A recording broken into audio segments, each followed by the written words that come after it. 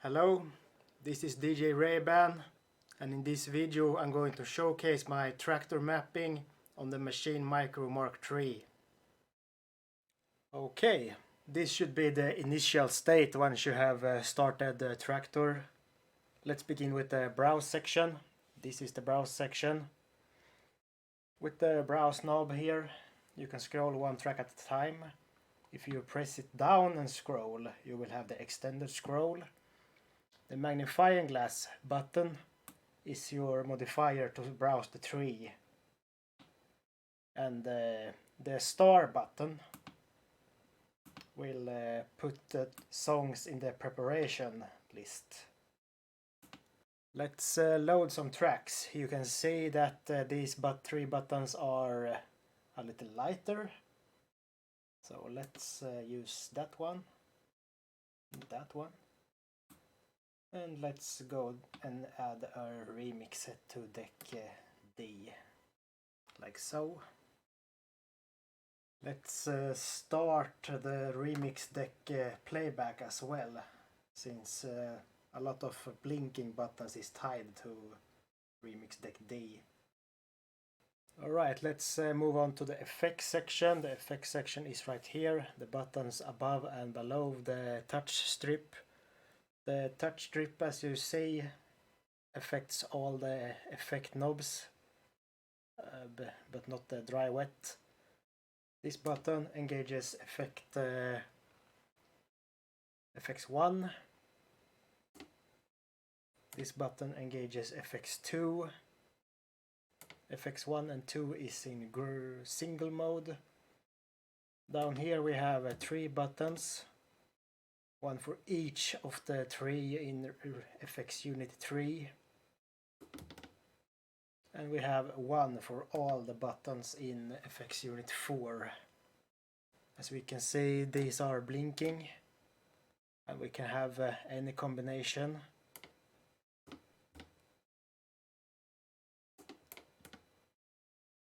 Also notice that when you turn off the last effect, your gain will go to 0. This is so there won't be any input if you are using another mixer than this. And once you engage an effect, the gain goes up. You might have to adjust this a little bit for your own setup. I also wanted some kind of EQ effect to the effects section, so I used these 2 buttons to manipulate the EQ on that channel. And they can really change the sound at times. Okay, that was the effects section. Let's go on to this here section. This is a little loop move type of thing. So this play record button, they are green and red, right? So the green one will blink if the let's play a track.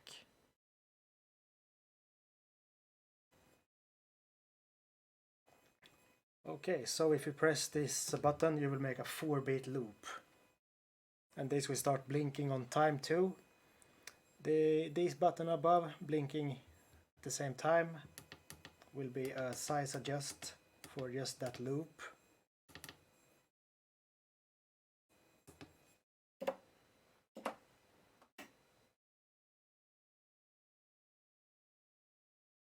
Same thing goes for deck B here, but it's the red button.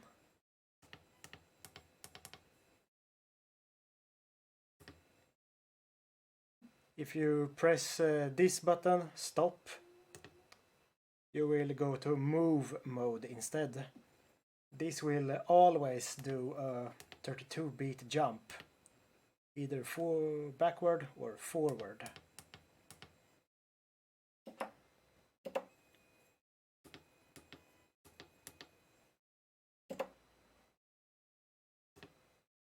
Anytime these loop buttons are blinking, if you press them you will turn off the loop.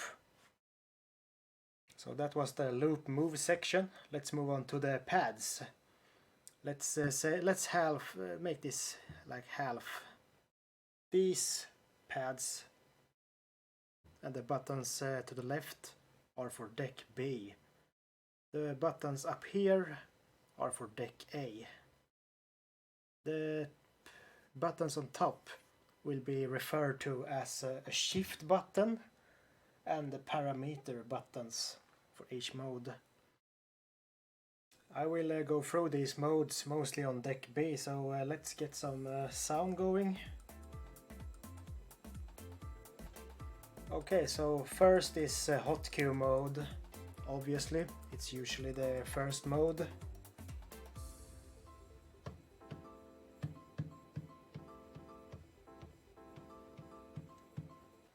Okay, we put some hotkeys. You can press, say, this one. It's the first one. Then you can press this shift button, and you can choose a different color or characteristic. Let's press the other one. I want that yellow, for say, and pinkish.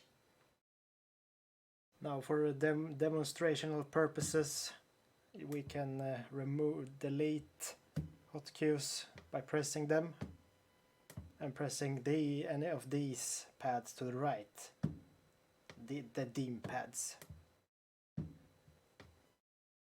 The parameter buttons for this Hotkey mode will be, if you press both, you will turn on or off the key lock. If key lock is on, you can adjust the key.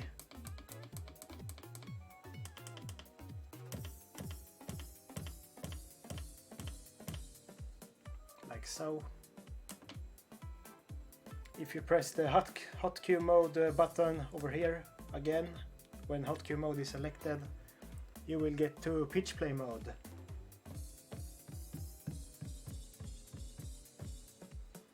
Pitch play mode has different scales, which you can see with the pattern.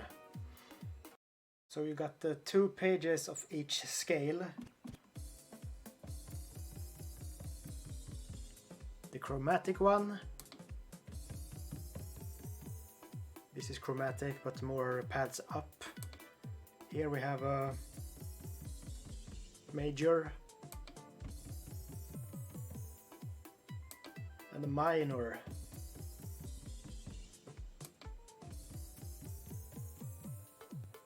And they go around the clock, back to chromatic. If you press the button when you're in pitch play mode, you will go back to Hotkey mode. Let's turn the key lock off. The button below the Hotkey and pitch play mode is beat jump. 3 pages of beat jump. The most yellow pad will always be 1.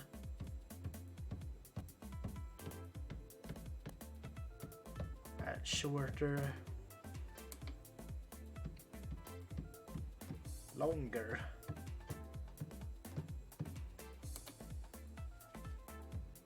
The almost orange one is 32 then. So if you press the button for beat jump, once again, you will get to loop. The pad that is lit more is 1. And you have 32 the furthest down. One thing I put into this mode right now is say take 4. If you press the parameter button, let's say down, shrink it, it will not go to 2, it will be a 3-bit loop. If you press it again, you will have a 2-bit loop. And if we make a 4-bit loop and we press parameter up, we will have a 6-bit loop.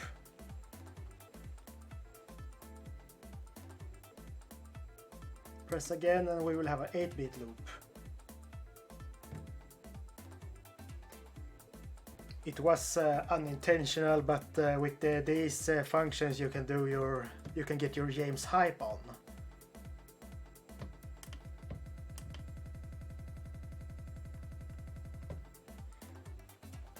But the intentional use was to make polyphonic loops, or what you call it. So this is a 3/4 loop.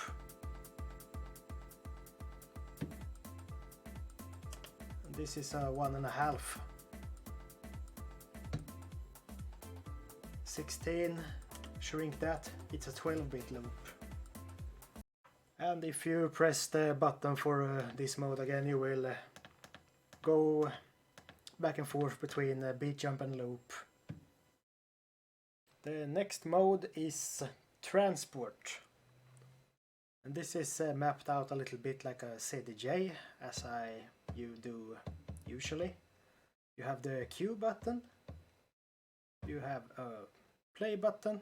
If you are in any kind of timecode control, this will make it internal.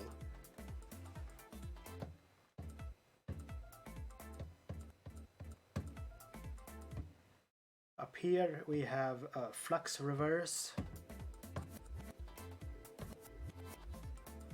This is your sync button. This is the master button. It will show if the track is a master, or if you are using a transport mode on the other deck as well, you can make that the master if you want to.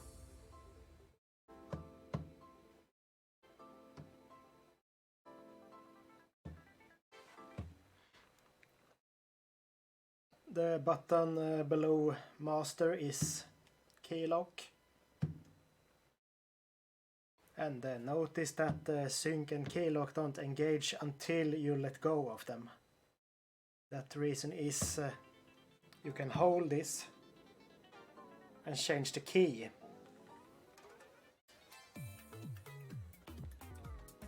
With the browse knob, or reset with the press.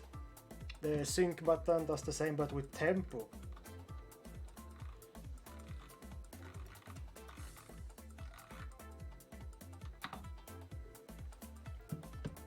The buttons, the blue buttons below,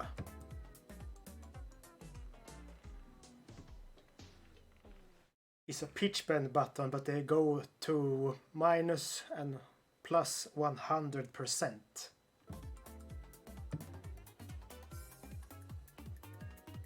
So they are quite powerful enough to just be a short little pitch bend or an effect. In this mode, transport, if you press your shift button, you will get some other functions here. We will have a return to beginning of the track. We will have a permanent reverse. But the sync button and the keylock will be the same as the master. These buttons in the middle will be a search scroller thing. If you press the play button, it's green now, it will show that it's internal. If you press that, it will turn blue. This will mean timecode is on. For some reason the flux reverse will just be a reverse hold type of thing with the timecode. I don't know why, but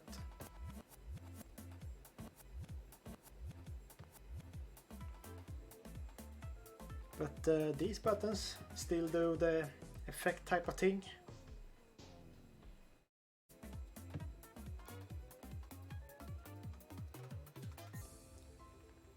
Super. And let's not forget the parameter buttons. They will scroll between your cue points. Let's make some more cue points on this track.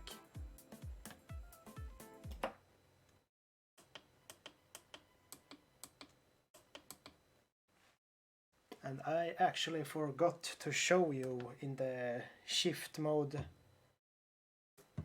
on the Hotkey page you can scroll between your cues as well, making it faster to change or delete them, whatever you want to do with them. Alright, so that was the transport mode. Let's go to the last button. This is your remix deck. Let's get some sound on the remix deck.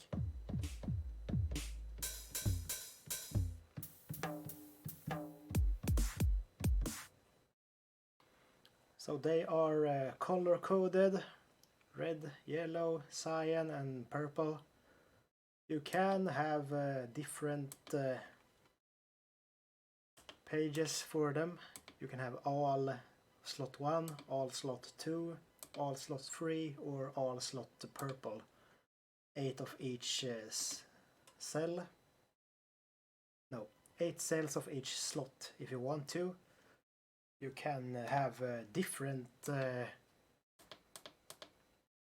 setups for each side of the pads. And I have put in some live track sampling stuff here. So first of all, if you are unhappy with something, you can press this here shift button and we can delete cells. So for the live sampling thing, if you hold this button on this side of the pads, you will capture from deck A. So let's get something playing on deck A.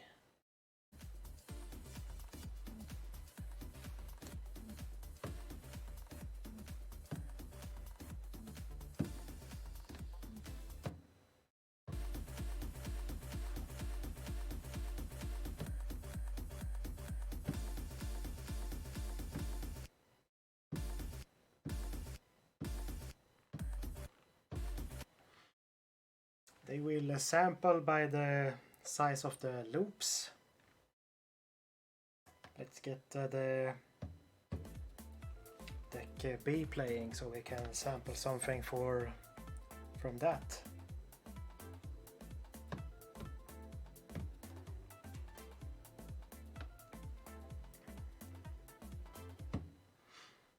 The loop length on deck B is 16 right now, so we captured a lot.